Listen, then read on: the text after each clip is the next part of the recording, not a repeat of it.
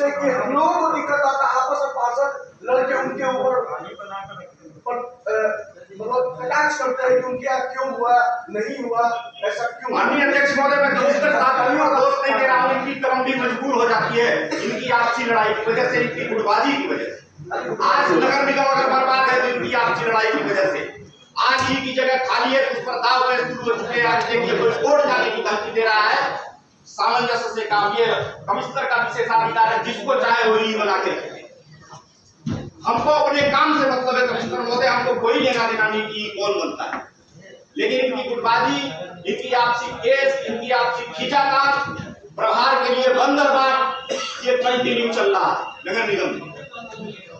सिर्फ इनको प्रहार चाहिए भ्रष्टाचार करने के लिए। ये आप जांच करके आए, आप जांच करके आए पटल पर। कभी कमिश्नर साहब इसके ऊपर मैं आपसे जवाब मांगूंगा कि वो क्या स्थिति में है, क्यों इस तरीके की घटनाएं लगातार होती हैं, क्या इससे निगम की बदनामी नहीं होती है? हम लोगों को जवाब देने में परेशानी होती है। मीडिया के बंधु बैठे हुए हैं, ये हमसे पूछते हैं। हमारे यहाँ की पटिया की एक फाइल है, पटिया ढकने की। मैंने पत्रकार साथी को दिखाया था कि उसका बजट नहीं है, वो छाप रहा है कि इसका भुगतान हो चुका है, और उसका भुगतान के संबंध में हमारे नगर निगम के किसी एसडीओ ने उसको बताया है कि अभी इसका भुगतान हो चुका है, जबकि वो फाइल अभी तक मेरे पास रखी हुई है, वो बजट नहीं हुई। सिर्फ एक दूसरे की खींचातानी में ये दुर्व्यवस्था हुई है, मात्र और मात्र।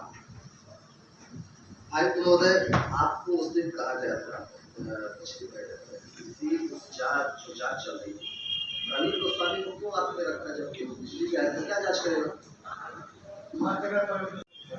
30 साल की नौकरी हो गई और ये 1 साल का कार्यकाल मैंने जिन परिस्थितियों में बिताया है, वो वस्तु स्थिति मानिए पार्षद जी ने यहाँ सदन के समक्ष रखा। वस्तु स्थिति यही है, मेरी एक मीटिंग होती है और मेरे ही अधिकारी मीटिंग के में कोई वरिष्ठ अधिकारी मुझे डांटता है, मेरा ही दूसरा साथी आकर के 2 मिनट बाहर आके उसको फेसबुक पे डाल देता है।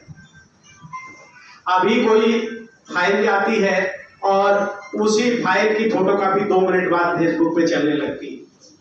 तो वस्तु स्थिति ये है कि इस सदन में माननीय पार्षद जी ने जो विषय उठाया है, इस राजनीति को, इस चक्रव्यूह को तोड़ने के लिए मैं पिछले 1 साल से जद्दोजहद कर रहा हूं, लेकिन मैं नहीं तोड़ पाया।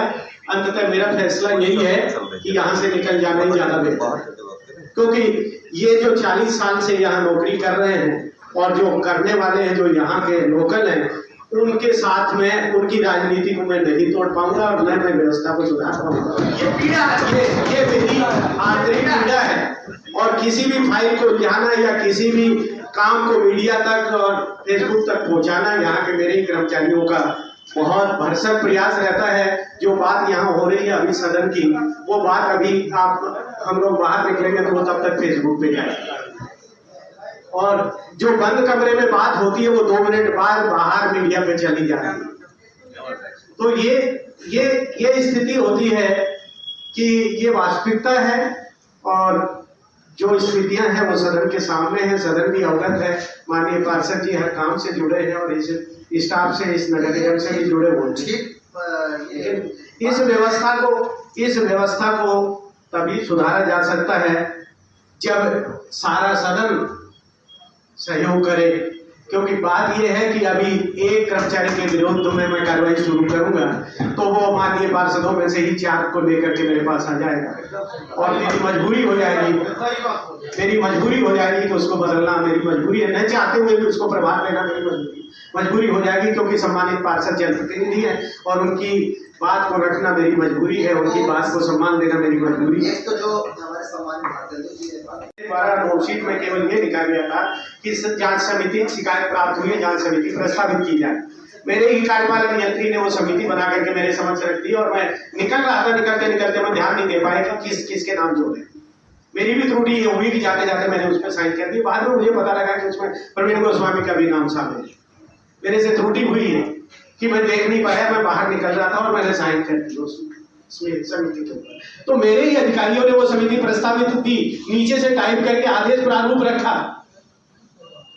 अब विषय ये है कि इस व्यवस्था को किस तरीके से सुधारा जाए। नगर निगम सिंगरौली को अगर अपनी छवि बचाना है, अपनी इमेज बचाना है और कार्यों को जनता के हित में करना है और भ्रष्टाचार को समाप्त करना है तो सारे पार्षदों का सहयोग अपेक्षित है। अकेला